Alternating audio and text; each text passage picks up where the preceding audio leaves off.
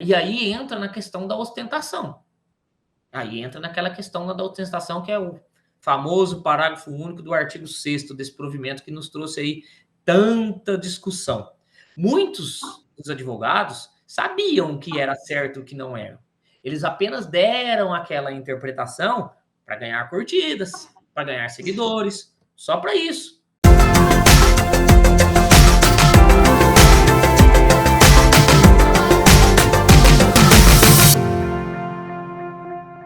Oi, pessoal, tudo bem? Eu estou aqui com um convidado super querido para fazer hoje um bate-papo maravilhoso, que é o Dr. Marlon Luiz Garcia Livramento. Ele é presidente da OAB de Jales e também é presidente da nossa colônia de férias. Dr. Marlon, muito obrigada por ter aceito o convite e estar aqui com a gente hoje, viu? Fazendo essa gravação. Olá, doutora Caroline. Sempre um prazer estar fazendo um bate-papo com Vossa Excelência, com toda a advocacia e principalmente aqui nesse braço educacional da OAB São Paulo, que é a Escola Superior de Advocacia, tão bem administrada pelo nosso querido doutor Fernando Capano e pela doutora Letícia. É um prazer falar com a advocacia e falar desse assunto que é o marketing jurídico. Bom, eu queria começar do começo mesmo sobre marketing jurídico.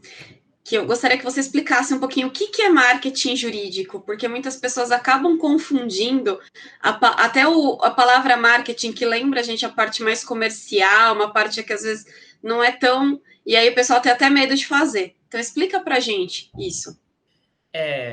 A verdade, a publicidade dentro do direito, dentro da advocacia, ela existe já há muito tempo. Com alguns limites. Esses limites foram aumentando, né, dando mais liberdade ao advogado, mas ainda tem esses limites. E esta palavra publicidade, ela vinha sendo aceita porque poucos advogados e advogadas, na verdade, tinham acesso à publicidade jurídica, não se fazia uma publicidade jurídica. Com a pandemia, isso veio à tona, né? Isso foi, colocaram a advocacia dentro de casa e os advogados e advogadas sentiram necessidade de falar com os cidadãos que, na verdade, nós representamos os mesmos no judiciário. E aí foi através da publicidade que nós conseguimos expor a publicidade do nosso entendimento jurídico a toda a sociedade. E o marketing surge através disso daí. E principalmente com o novo provimento 205/2021, do Conselho Federal da Advocacia, provimento esse que substituiu o provimento 94/2000, que estava há 21 anos em vigor. E esse provimento traz a palavra marketing. E marketing quer dizer mercado em movimento. Aí o provimento teve que fazer uma adaptação. O que é esse mercado em movimento, já que a advocacia não pode ser mercantilizada? Então, ele traz a adaptação do marketing jurídico, que é o mercado em movimento dentro do mundo jurídico, que é o que o advogado e a advogada pode disponibilizar, dar a publicidade das questões jurídicas, das leis, dos entendimentos jurisprudenciais e de outras coisas nesse sentido. Então, isso é o marketing jurídico, é dar publicidade com informação, descrição e sobriedade, que está no nosso artigo 39 do Código de Ética e Disciplina, à sociedade de um direito que ele possa ter ou que ele possa, um dia, caso esse direito seja ferido, procurar o judiciário através de um advogado ou de uma advogada para solucionar. Tem muito colega nosso cometendo equívocos, né? E alguns equívocos até estão sendo levados à denúncia no nosso Tribunal de Ética e Disciplina. Quais os maiores erros que você vê do advogado por falta de procurar informação que está cometendo hoje, né? Essas infrações éticas que os advogados estão cometendo na tentativa de fazer marketing jurídico? Eu acho que o maior erro da advocacia é a falta de tempo. E a falta de tempo faz com que a gente faça algo sem pesquisar, sem ter a curiosidade de saber se é certo ou se é errado. Então, nós não temos esta informação nos bancos da faculdade.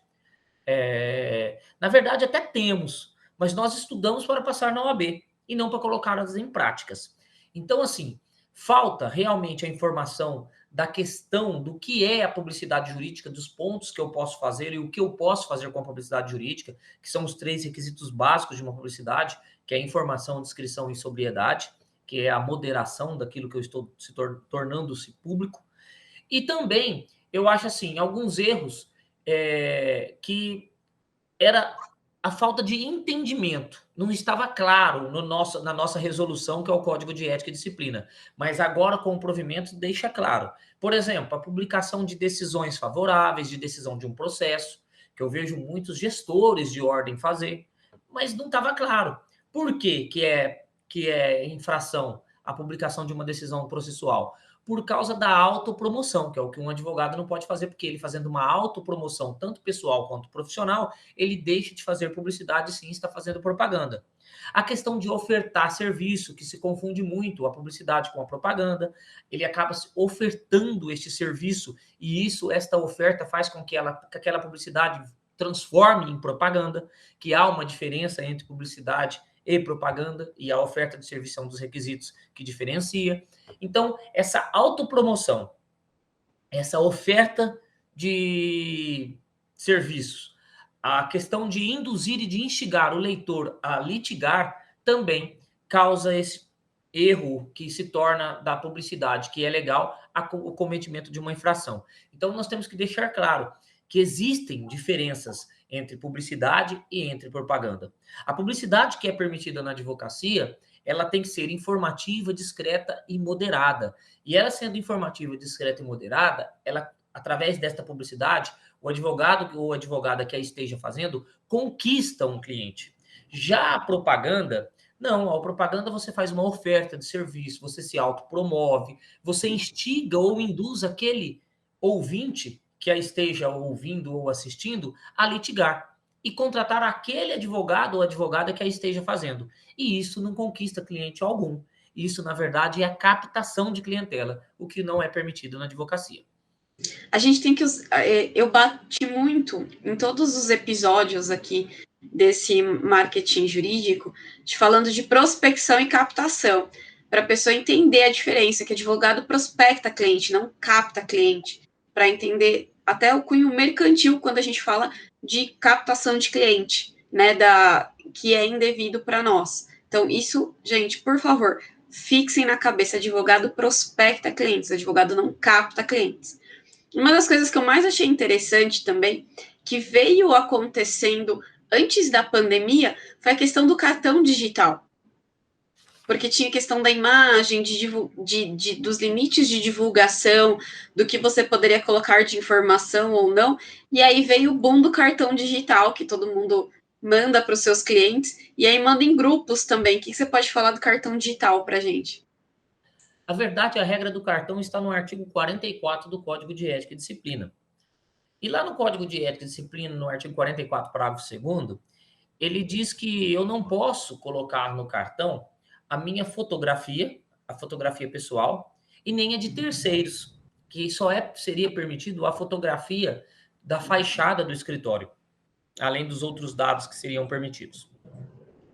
E eu fui um dos defensores que falei que essa regra está desatualizada, principalmente com relação à fotografia pessoal. A de terceiro eu concordo. Eu acho que não tem nada a ver a gente colocar modelos num cartão. Mas a gente poderia colocar a nossa fotografia pessoal. E explico por quê posteriormente. Mas antes, nós temos que entender que as regras do cartão virtual, do cartão digital, são as mesmas regras de entrega do cartão físico. Eu não posso, porque eu tenho um cartão virtual ou digital, eu não posso pegar este cartão e sair colocando e postando em grupos de WhatsApp. O cartão ele tem que ser entregue a quem me solicita. Então, por exemplo, um cartão físico, eu não posso colocar ele em bancas de revista, em mercados, em comércio. Eu tenho que andar com ele no bolso e alguém, olha, doutor, onde que é seu endereço? Meu endereço está aqui. E eu entrego um cartão, que é o meu endereço. E o cartão virtual e digital é a mesma coisa. E com relação à pandemia, muitos se reúnem e até fazem atendimento pelas plataformas online, pelo celular, pelos aplicativos de telefonia. Então a gente, olha, doutor, me passa o seu endereço, então, caso eu tenha aqui no teu escritório fisicamente, e eu envio o cartão através de WhatsApp, através de um aplicativo. E esse envio deste cartão pelo WhatsApp, daí a defesa minha, até com o doutor Ari Radiante, que é o secretário-geral do Conselho Federal, que foi o que coordenou esse provimento, A minha defesa foi pelo seguinte: a partir do momento que eu peço o meu cartão, um cartão do advogado pelo WhatsApp, este advogado envia pelo WhatsApp, no WhatsApp do perfil já tem a nossa foto. Então não faria sentido não ter a foto no cartão, sem infração ética.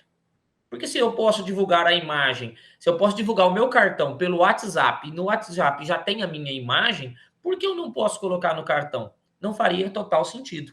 E aí veio esse provimento e regulamentou isso, falando que era permitido sim agora a foto do advogado ou dos advogados da sociedade no cartão virtual, no cartão digital e até mesmo no cartão físico.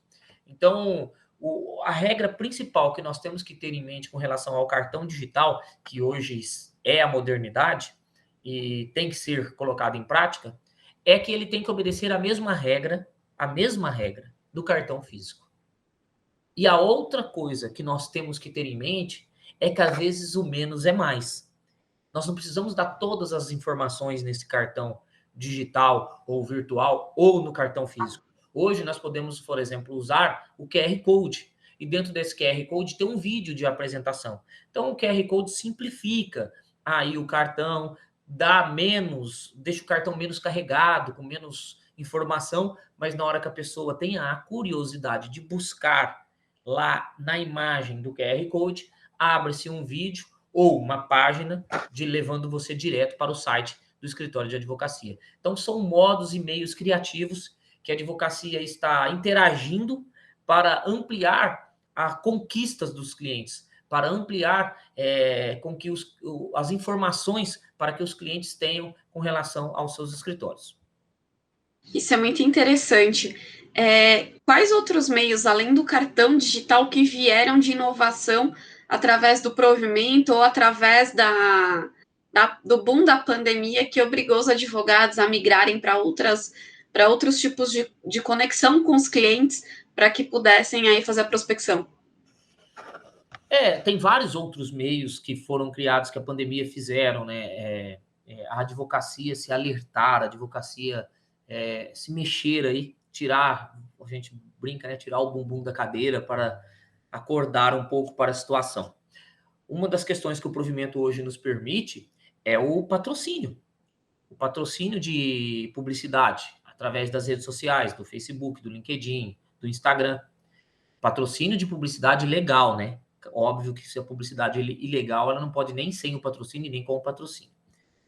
Outros meios também, agora está legalizado o uso do patrocínio do Google Apps, que você faz esse patrocínio porque trata-se de publicidade passiva, ou seja, a pessoa vai pesquisar no Google advogada, trabalhista, ABCDMR, aí aparece o site da doutora Caroline, porque ela patrocinou.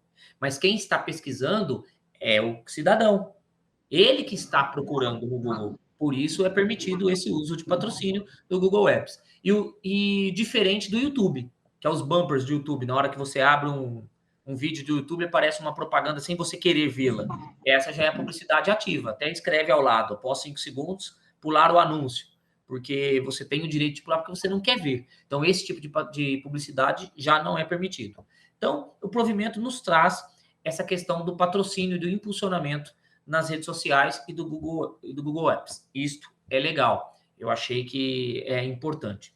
Outro meio de se fazer publicidade que se está usando muito é o meio não só da publicidade, mas de fidelizar o cliente, que é o que nos permite o artigo 46, parágrafo único do Código de Ética e Disciplina, que é o uso da mala direta para quem já é cliente do nosso escritório, através da lista de transmissão, ou da linha de transmissão, ou da nova transmissão no sistema, no sistema Android, e da lista de transmissão no sistema iOS, onde a gente cadastra em cada lista 256 telefones, e quando a gente manda bom dia, esses 256 vão receber de modo separado um bom dia, como se a gente estivesse conversando diretamente somente com essa pessoa. Então, não são grupos de WhatsApp. Mas isso é somente para quem já são clientes dos nossos escritórios. Então, por exemplo, eu tenho uma lista de transmissão chamada 17 de novembro. Lá estão todos os meus clientes que fazem aniversário no dia 17 de novembro. Então, eu mando uma mensagem para eles lá nessa lista de transmissão 17 de novembro, um cartão do escritório desejando um feliz aniversário. Isso faz, Carol, com que a gente desperte o gatilho mental dos nossos clientes, porque ele recebe no mínimo 4 mensagens anuais. Feliz aniversário, Feliz Natal, Feliz Ano Novo, Feliz Páscoa, por exemplo. Então, quando ele precisar de um advogado, ele vai lembrar daquele que lembrou dele nessas datas importantes. Então, é uma maneira desta publicidade fidelizar o cliente ao nosso escritório. Então, existem vários outros meios criativos que os advogados vão criando e surgindo, e todos estão dentro desses limites éticos que está disciplinados no Estatuto da Advocacia, que é uma lei federal, na resolução, que é o Código de Ética e Disciplina, e no provimento atual agora, 205/2021 do Conselho Federal da OAB. E como que funciona, você comentou das decisões favoráveis, né? Como que funciona essa questão das decisões favoráveis? Porque eu vejo muita gente colocando decisões favoráveis e até fotos em julgamentos ou do tribunal do júri, que fala de absolvição, ou de sustentação oral, que fala consegui reverter o meu recurso e teve provimento do recurso, enfim, ou consegui manter o recurso. Como é que funciona essa questão dessas decisões favoráveis? Eu não posso postar nenhuma decisão processual. Esta é ele está tácito, claro, dentro do provimento. No artigo 4º, parágrafo 2º. O artigo 4º, parágrafo 2º, ele diz assim, ó, vou até ler aqui, ó. Na divulgação de imagem, vídeo ou áudio contendo atuação profissional, inclusive em audiências ou sustentações orais, em processos judiciais ou administrativos, não alcançados por segredo de justiça, será respeitado o sigilo e a dignidade profissional e vedada a referência ou menção a decisões judiciais e resultados de qualquer natureza obtidos em procedimentos que patrocina ou participa de alguma forma, ressalvada a hipótese de manifestação espontânea em caso coberto pela mídia. Que aí é naqueles casos que a população tem o interesse de saber o resultado. Exemplo, os processos famosos aí dos políticos, da Lava Jato. Então, aí é a mídia que vai dar essa visibilidade, a mídia que vai dar essa informação de uma decisão processual, mas não o advogado que esteja atuando no processo. Então, está claro, o advogado não pode, não é decisão favorável, ele não pode dar qualquer ato processual, dar publicidade ao mesmo, nem mesmo uma guia de levantamento de honorários. Vamos lá, entrei com uma ação, certo? Nossa, eu vejo tanto isso, de postar a fotinho lá ganhei lá, levantando MLE e tal. Levantando 100 mil reais e coloca assim, mais um cliente satisfeito numa ação de dano moral. Isso daí dá a subentender que está se autopromovendo, que aquele cliente que o contrata vai ganhar 100 mil no dano moral. Então, ele está se autopromovendo. E, através dessa autopromoção, ele está querendo fazer a captação do cliente. Então, é considerado infração ética. O que a gente vê também, né, Carol? Decisão de liminar de habeas corpus, né? A pessoa coloca lá aquela frase, muitos vão dizer que é sorte, mas que é competência, tal, e bota lá Nossa, no dado de segurança, então, é uma chuva que você recebe nas redes sociais, né? E a gente vê, inclusive, gestores de ordem fazer isso. Pessoas que atuam julgando fazer isso. Por quê? Porque é falta de conhecimento. Antes era questões jurisprudenciais. Desde 2018, desde julho de 2018, o nosso Tribunal de Ética no Estado de São Paulo já tinha decidido que isso era infração ética. Mas não era através de decisões judiciais. Agora não, agora está claro no parágrafo 2º do artigo 4º do provimento 205/2021. Eu vou até fazer um adendo para lembrar do bate-papo que a gente teve com o Dr. Kaufmann, que ele comenta da turma deontológica. Isso. Ô, palavra difícil, essa turma.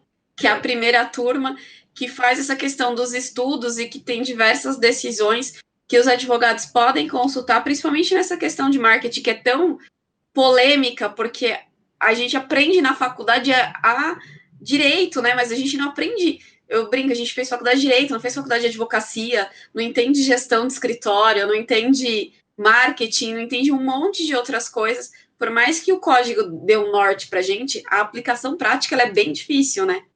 Sim, sim. E aí eu já fazendo entre aspas, um jabá, e já convido toda a advocacia a procurar lá no jornal, na página da OAB São Paulo, Jornal Online da Advocacia, lá tem um e-book do qual eu coordenei o e-book, escrevi a introdução do e-book e fiz convites a pessoas de muita capacidade para trazer de modo fácil para a advocacia coisas importantes com relação à publicidade.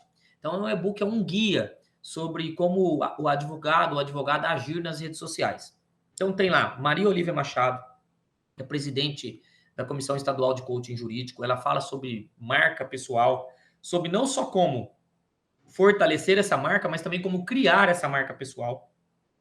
Tem lá o Dr. Guilherme Maluf, que é o presidente da turma deontológica, falando como é importante essa pesquisa. Ele traz vários julgados e também colocando como fazer essa pesquisa na turma deontológica. Tem lá o Alexandre Mota, que é um dos sócios das maiores empresas de marketing jurídico do Brasil, trazendo a publicidade jurídica na prática, o que é importante você colocar na prática, quais os pontos que é bom você ressaltar na questão da publicidade jurídica. E tem a doutora Giovanna Piacentini para falar sobre a comunicação, como que o advogado ou advogada deva, através da publicidade jurídica, comunicar com aquele cliente que ele queira conquistar. Porque a comunicação não é somente, às vezes, falar certo ou falar bonito. A comunicação é falar de um modo que aquele cliente entenda. E também tem a comunicação visual, além de tudo isso. Não só a comunicação escrita, a comunicação falada, mas também a comunicação visual. Então, ela traz esses quatro, junto comigo na introdução, traz tudo essa questão da publicidade. E esse e-book tem um projeto de avanços para a gente, já fez um convite para Juliana Pacheco falar sobre o impulsionamento e o patrocínio, que a gente acredita que nós vamos conseguir aí, e outras pessoas para falar sobre a defesa dentro do processo ético, e algo assim para que este e-book se torne aí um manual da advocacia, não debaixo do braço do advogado ou da advogada, mas sim no seu celular, porque ele é gratuito, só baixar, fácil leitura. Atualmente ele está com 25 páginas, e além de ser fácil leitura, de um modo muito fácil, procurar e tirar as dúvidas neste e-book. Então, é uma preocupação que o nosso presidente, Dr. Caio Augusto, tinha, não só com a jovem advocacia, mas com a advocacia num todo, e ele pediu para que a gente coordenasse isso e nós conseguimos desenvolver esse trabalho. Meu, esse trabalho é sensacional. Eu amei o e-book. E eu acho que, assim, uma das coisas que a gente precisa, como eu falo do nosso código de ética e disciplina, é uma coisa que você não vai ler uma vez só na vida. Você tem que ler pelo menos umas 5 vezes por ano para que você absorva direito as informações, que você possa aí criar seus conceitos e até mesmo vai surgir dúvidas, né? Porque a gente não consegue absorver tudo numa primeira leitura. Então, a gente lendo, relendo, a gente vai entender melhor os conceitos e tudo mais. Então, assim, que bacana que ele vai ser ampliado e que bom, espero que tenha mais sucesso ainda nessa ampliação, porque é de extrema importância, ainda mais agora que está todo mundo entendendo um pouco mais da importância da advocacia como empreendedor, né? Não só como advogado, mas como gestor de um escritório de advocacia. Então, como um prestador de serviços. Então, isso é de extrema importância mesmo para a advocacia, não só para jovem, mas para a advocacia como um todo, para quebrar, para o jovem aprender que nós estamos empreendendo e para o advogado que é jovem há mais tempo, entender que os conceitos mudaram, né? E até mesmo porque às vezes não tem noção de gestão do escritório, não vê que o escritório dá lucro, não vê o que o escritório tem para oferecer para o cliente, então isso é muito importante. Sim, sim, e principalmente essa palavra, empreender. Isso traz alguns preconceitos ainda dentro da advocacia. E empreender quer dizer empoderar a si próprio e empoderar terceiros que se relacionam conosco, que são os nossos clientes. Então, nós temos que entender que nós temos que, através do nosso trabalho, se tornar pessoas maiores, pessoas grandes, pessoas fortes, mas também fazer com que aquele nosso cliente que está naquele momento de dor, porque infelizmente todos procuram um advogado no momento de dor, para a gente solucionar problemas. Advogado nada mais é do que solucionador de problemas. Então, quando tem um problema, é um momento de dor. Então, a gente colocar na cabeça do nosso cliente que naquele processo, naquele momento de dor, ele vai viver uma experiência. E não seja essa experiência negativa.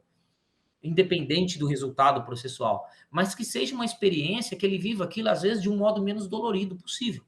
Que a gente consiga trazer para ele um momento de conforto, solucionar um problema de um modo mais leve, que ele saia também empoderado dessa relação. Isto é empreender. Então, fazer com que o nosso escritório, que a nossa marca seja mais forte, lembrando que não existe melhor publicidade, Carol. Não existe melhor publicidade do que a criação de um elo de confiança entre o advogado e a advogada e o seu cliente. Porque quando você cria este elo, este cliente fará a sua publicidade.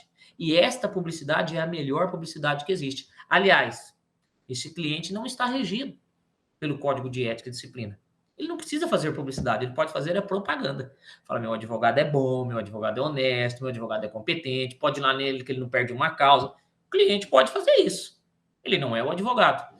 Então, a principal publicidade que existe é você tratar bem o cliente, é você atender bem o cliente e você fazer com que esse cliente viva essa experiência processual independente de resultado. Nós não estamos aqui para garantir um resultado, mas nós estamos aqui para fazer um bom atendimento e defender o cliente com todo o nosso conhecimento possível dentro da legislação. Isso é um atendimento ético e um atendimento competente e eficaz para a nossa clientela. E ela, assim, sendo tratada, com certeza fará a nossa publicidade na sociedade. Olha, eu acho sensacional isso. Eu tenho uma cliente que eu dou muita risada, duas, na verdade, que toda vez procura ser advogado, pode ser de qualquer área. Se for assim, advogado para entender sobre terrenos na Lua. Olha, eu tenho uma excelente.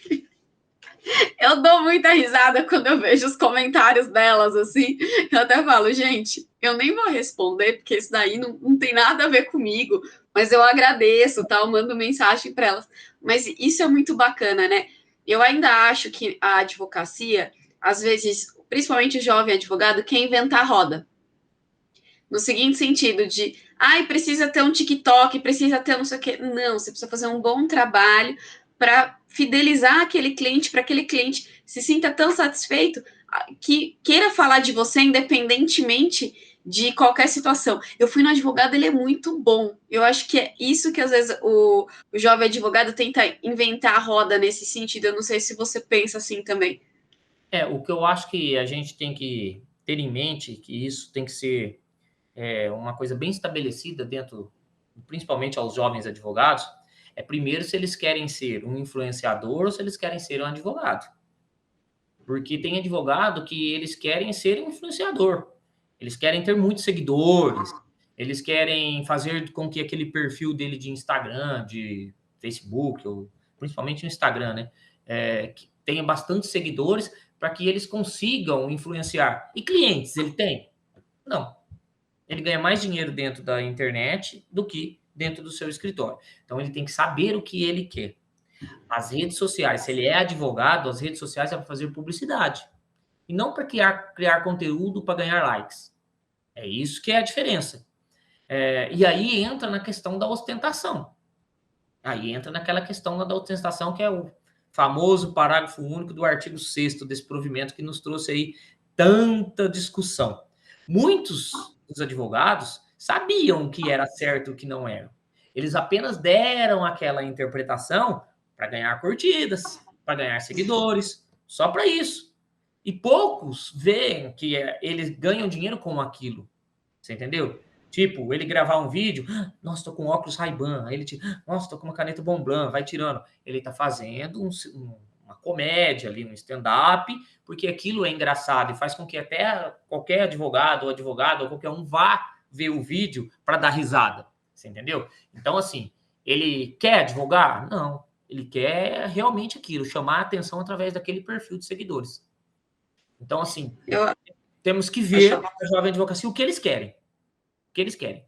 Querem advogar? Querem. Então, meu Instagram, se eu vou utilizar para advocacia, era para fazer publicidade. E não para fazer vídeos engraçados para ganhar seguidores.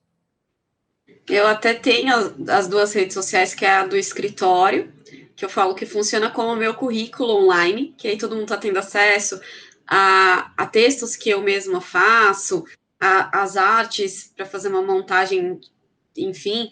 Então, assim, a questões minhas, fotos na OAB e tal. E tem o meu perfil pessoal, que eu posto, assim, os meus besterols, digamos assim, e aí as pessoas, elas olham o perfil pessoal e olham o profissional. Elas veem o profissional e falam assim, peraí, deixa eu ver quem que é a pessoa que eu tô contratando. Então tá condizente, então é essa aqui. E aí eles vêm conversar comigo através do meu perfil pessoal, sabendo do perfil profissional. Então eles já vêm com aquela bagagem. É muito engraçado, porque eu achei que não ia ter esse link do perfil profissional, as pessoas iriam procurar o perfil profissional e ia ficar lá. Não, as pessoas veem o perfil profissional, mas procuram quem que é a advogada que eles estão vendo naquele perfil, né? Isso. O que é engraçado é que você posta a mesma publicidade no perfil pessoal e no perfil profissional. No pessoal, o engajamento é muito maior. Porque é chato acompanhar a doutora Caroline Vilela. Mas acompanhar a Carolzinha é legal. É legal, que é o perfil pessoal. Isso. Então, no perfil pessoal, você consegue lá 5 mil seguidores, que é o máximo que você pode conseguir no Facebook, por exemplo, rapidinho. Agora, no perfil profissional, você consegue uns 500. 400 desses seguidores são advogados. 100, dos outros 100 que restam, 80 são da família e 20 já são clientes teu. Você quase ninguém segue, entendeu? Ninguém te segue. Mas eles verificam. Mesmo sem te seguir, eles entram lá, vê quem é a pessoa. Por isso que é a necessidade de ter os dois. Eu gosto até de falar do canal que eu tenho no YouTube, porque não é uma coisa que eu divulgo muito e tá lá o canal e tal. E aí os meus clientes, eles falam, a minha advogada é tão chique, ela tem canal no YouTube. E eles não seguem o canal, não são inscritos, eles não assistem os vídeos, eles não curtem, mas é só pela satisfação de falar que a advogada deles tem um canal. É muito engraçado isso do ser humano, né? É engraçado, então. Mas são coisas que há necessidade de quem trabalha com redes sociais tem. Tem gente que não. Tem gente que ele usam as redes sociais apenas para o básico da advocacia e ele realmente acredita que, por exemplo, numa cidade da qual eu advogo, eu estou na comarca de Jales, é uma cidade onde todos se conhecem. Então, o meu perfil de Facebook, a minha publicidade, na verdade, é aquela publicidade do elo de confiança. É aquela verdade do elo de confiança. Às vezes a pessoa me vê lá na internet e fala assim: olha, doutor Marlon, eu não conheço pessoalmente, mas eu conheço ele pela internet. Então, é aí que você cria esse elo de confiança. Olha, ele está sempre bem relacionado, ele está sempre dando pitacos aí, informações necessárias para o cidadão. Então, é uma pessoa bem informada. É um cara que apresenta ter credibilidade. Então, até quem não conhece, ele usa as redes sociais para diagnosticar, né, este profissional isso. E lembrando sempre que isso já foi através de pesquisa. Primeiro, mais de 90%, tá? Responderam isso, que primeiro contrata um bom ser humano, para depois saber se ele é um bom profissional. Então, a gente tem que fazer essa divulgação também de quem nós somos como pessoas, como ser humano, depois como profissional. Isso é muito interessante. O que mais você pode dar de dica, já que a gente está falando bastante de redes sociais, sobre como usar essas redes sociais favoráveis? Já deu várias dicas. Tem mais alguma dica que você pode passar para gente? Outro exemplo é a questão que você mesmo disse, de criar conteúdos de informações, para fazer a publicidade, escrever nas suas redes sociais, escrever para revistas, para jornais, para blogs. O advogado pode ser feito isso. E antes, quando ele se inscrevia no artigo 40, inciso 5º do Código de Ética e Disciplina, falava-se que eu poderia somente fornecer a referência em e-mail ao final do meu texto, meu nome, minha OAB e meu e-mail. Eu não podia colocar meu telefone, meu endereço, nada disso, certo? Agora, o parágrafo 3º do artigo 4º, ele diz assim, ó, que com relação ao inciso 5º do artigo 40, equiparam-se ao e-mail todos os dados de contatos e meio de comunicação do escritório ou do advogado, inclusive endereços dos sites, das redes sociais, aplicativos de mensagem instantâneas, que é o WhatsApp, logotipo e outras coisas. Então, agora eu posso colocar tudo. Então, quem for escrever um texto ou fazer publicidade, agora equiparam-se ao e-mail todos os dados do advogado. Então, todos os meus dados eu posso disponibilizar naquela publicidade. Certo? Então, outro fato que eu acho legal o advogado pesquisar e fazer uma leitura é que, após o provimento, ao final do provimento, tem um anexo único. E esse anexo único traz exemplos práticos do que nós podemos e não podemos fazer. Então, é de uma leitura fácil e quando o exemplo é prático, a gente consegue visualizar de um modo mais fácil. Então, convido a todos a dar uma leitura nesse anexo único do provimento 205/2021 para saber o que nós podemos e não podemos fazer com relação à publicidade.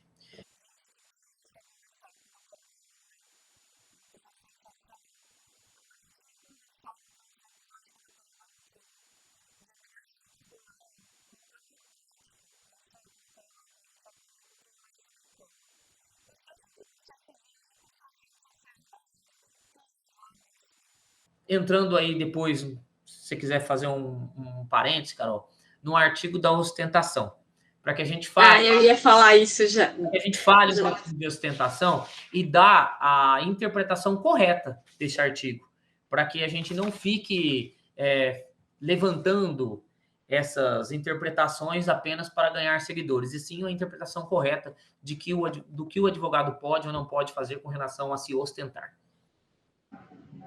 Isso, eu acho que assim, a ostentação, eu acho que é o que mais pega. Eu sou muito chata quanto à questão da ostentação, porque eu sempre lembro da questão que você falou várias vezes, que é da sobriedade. Então, eu acho que a gente esbarra na questão da sobriedade. Quando o advogado é muito estrela, ele não estrela no sentido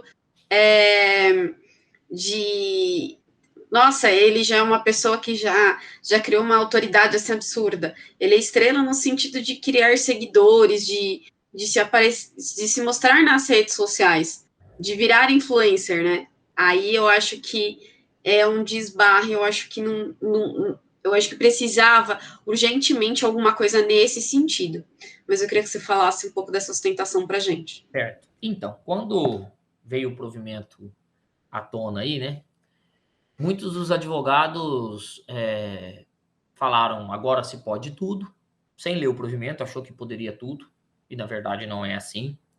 Outros se decepcionaram, falaram, achei que poderia mais coisas, na verdade não mudou nada, e nem poderia mudar, né, porque é um provimento, então ele não pode, tem a hierarquia das normas, né, que primeiro é a lei federal, que é o estatuto, depois é o Código de Ética e Disciplina, que é uma resolução, e o provimento está abaixo, então o provimento ele veio apenas regulamentar o que nós advogados e advogadas já estávamos fazendo, e o que os tribunais de éticas estavam decidindo. E neste provimento tem um artigo 6º, parágrafo único, que fala da ostentação. Eu vou ler bem aqui o parágrafo único e vou destacar uma palavrinha. Ele fica assim, ó. Fica vedada em qualquer publicidade a ostentação de bens relativos ao exercício ou não da profissão. Esse ou não foi o que pegou. Como o uso de veículos, viagens, hospedagens, bens de consumo, bem como a menção de promessas de resultados ou a utilização de casos concretos para a oferta de atuação profissional. O que pegou aqui? O ou não. Então, eles interpretaram assim: eu não posso me ostentar na advocacia, no exercício ou não da profissão. Então, no exercício como advogado ou como pessoa física. Mas não é essa a interpretação. O ou não é isso.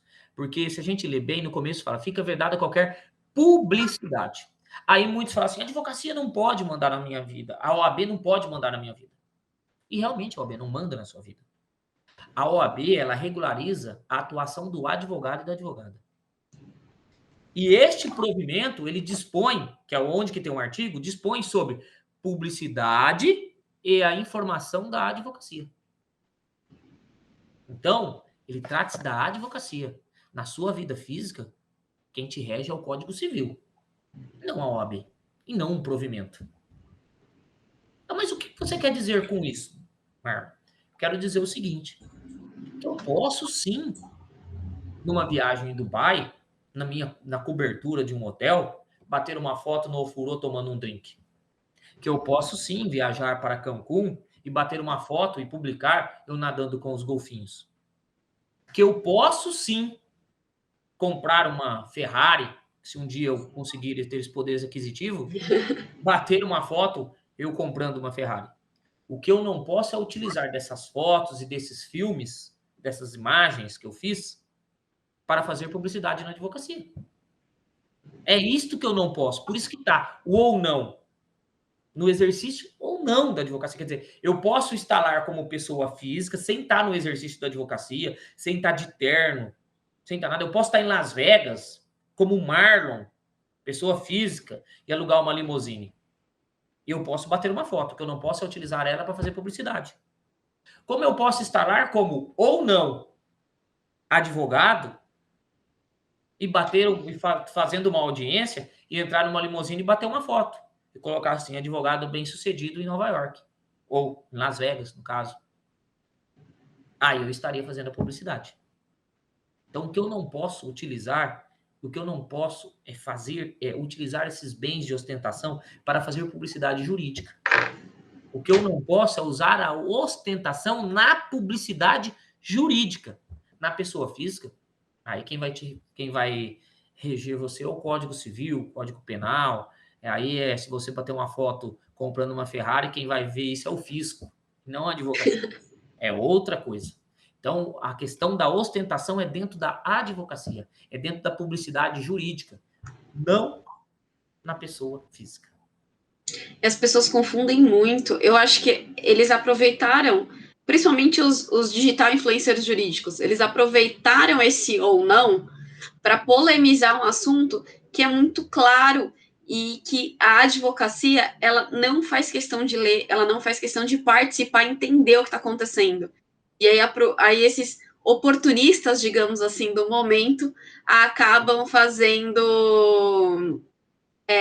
cometendo essa gafe. Eu acho que as pessoas precisam olhar de uma maneira mais lembrando de toda a questão da advocacia, o que rege a advocacia, a seriedade que nos é tão cara e que é tão importante para a nossa profissão, e aí às vezes as pessoas pecam por isso, na hora, porque eles estão captando clientes. Quais são os clientes dele? Os advogados. É para vender aqueles cursos de lote sua agenda em 15 dias, de como eu faturei o meu primeiro um M, um K, 20 dígitos, 50 dígitos em fazendo ações assim, assim, assim.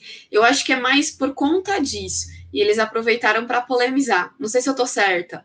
Eu também vejo nesse sentido. Eu também vejo nesse sentido.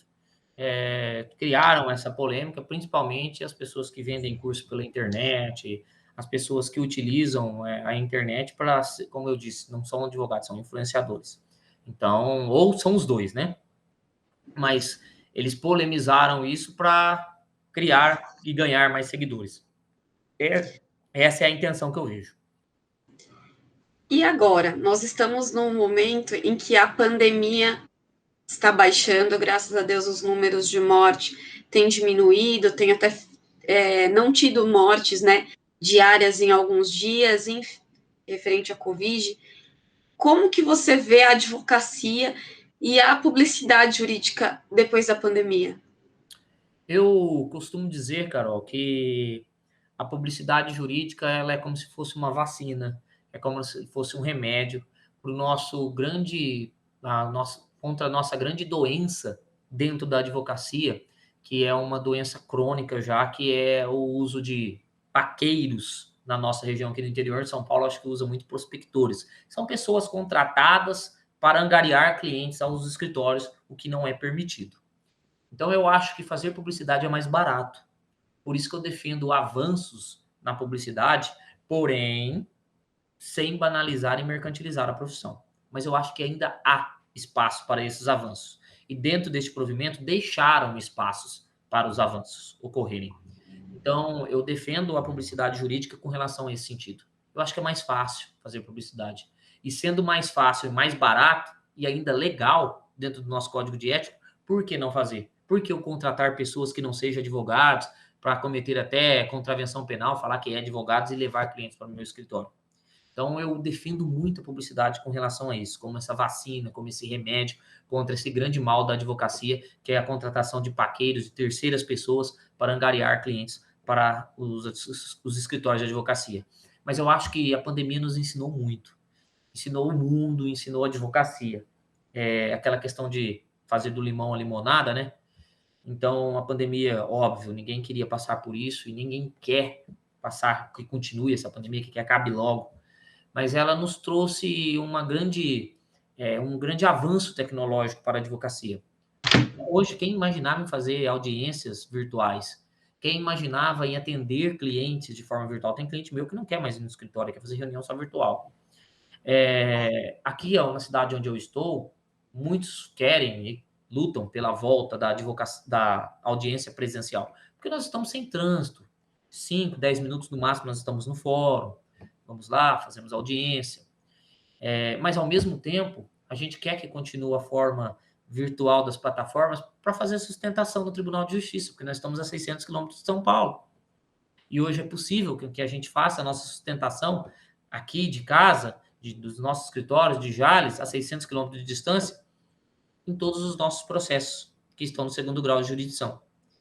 Então, assim, ao mesmo tempo que a gente defende a forma presencial, a gente defende a forma virtual. E acredito que em São Paulo, no Grande ABC, aí seria a mesma coisa.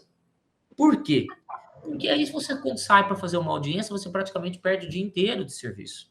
Então, você estando dentro do seu escritório, você consiga fazer e atender outros clientes de forma virtual. Mas, ao mesmo tempo, você fala, pô, mas essa audiência precisava ser presencial, porque é uma instrução e a gente sabe que virtualmente pode causar algum problema. Então, a pandemia nos trouxe esse ensinamento e essas alternativas.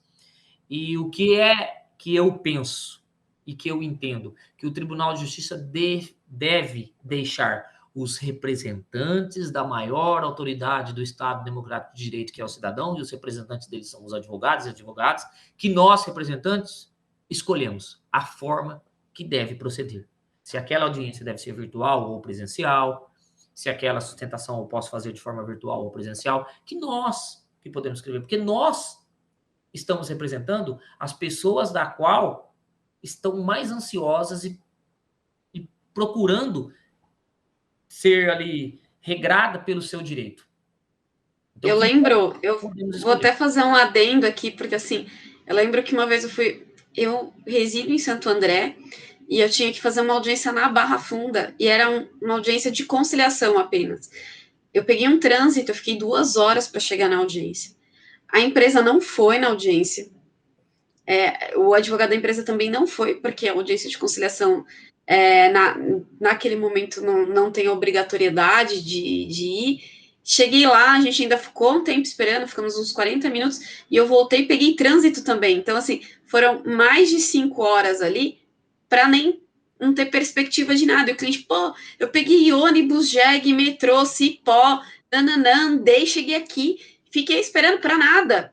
E aí você gerou uma enorme expectativa na pessoa para nada. Então, você até fala assim, algumas situações, como você mesmo pontuou, e eu acho super importante, esse debate da advocacia, da sociedade, em poder levar para o judiciário a maneira com que ela acha melhor agir nos processos, é super importante.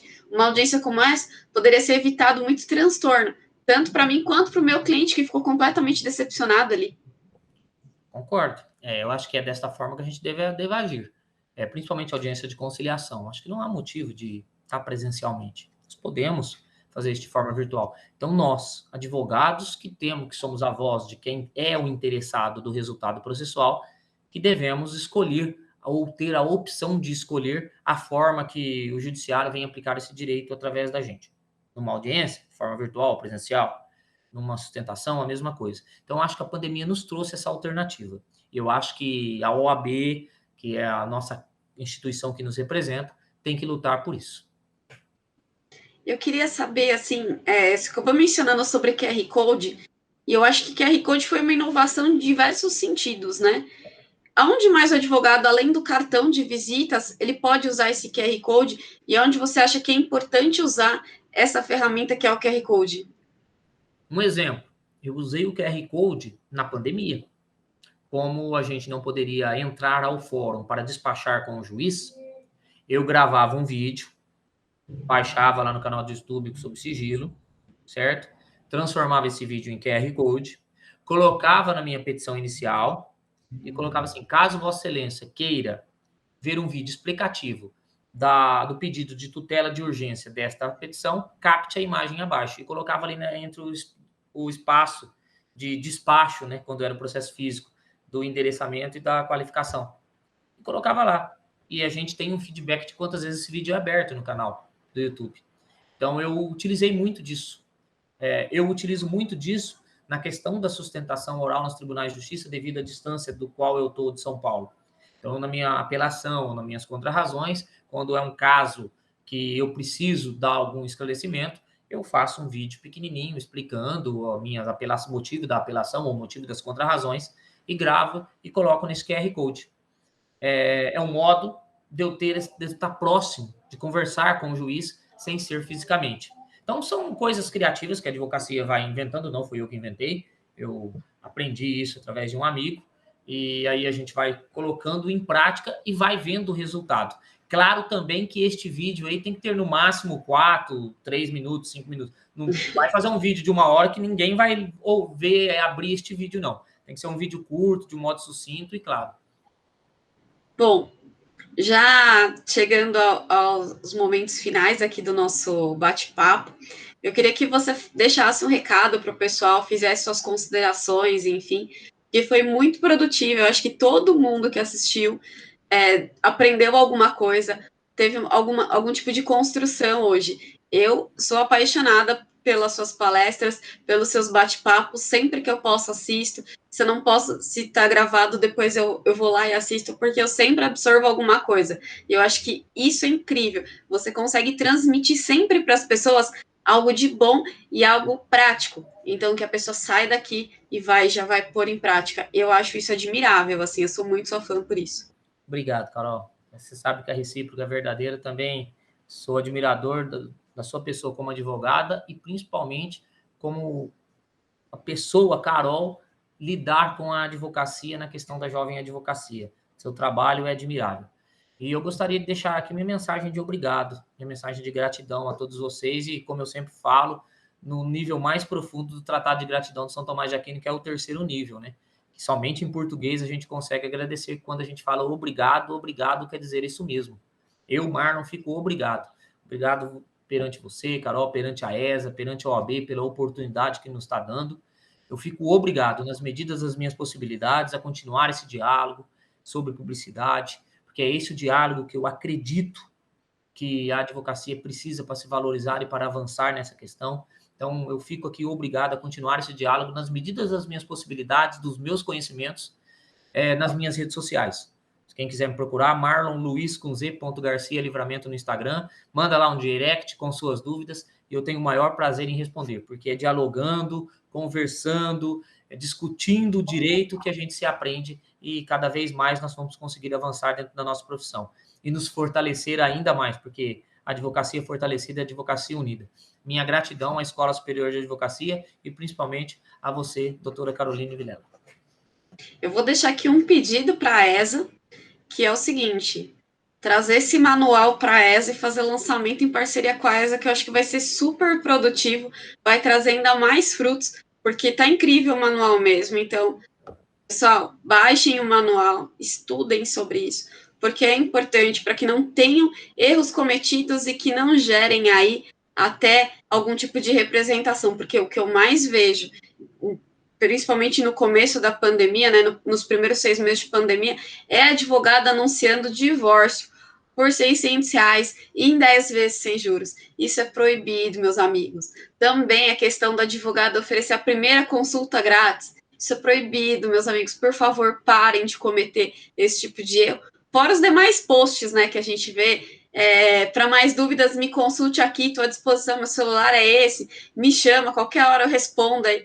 E é muito complicado. A gente sabe que todo mundo está vivendo num momento de transformação, que eu acho que a pandemia trouxe isso para a gente, transformar o que a gente tem em algo novo ou melhorar aquela situação.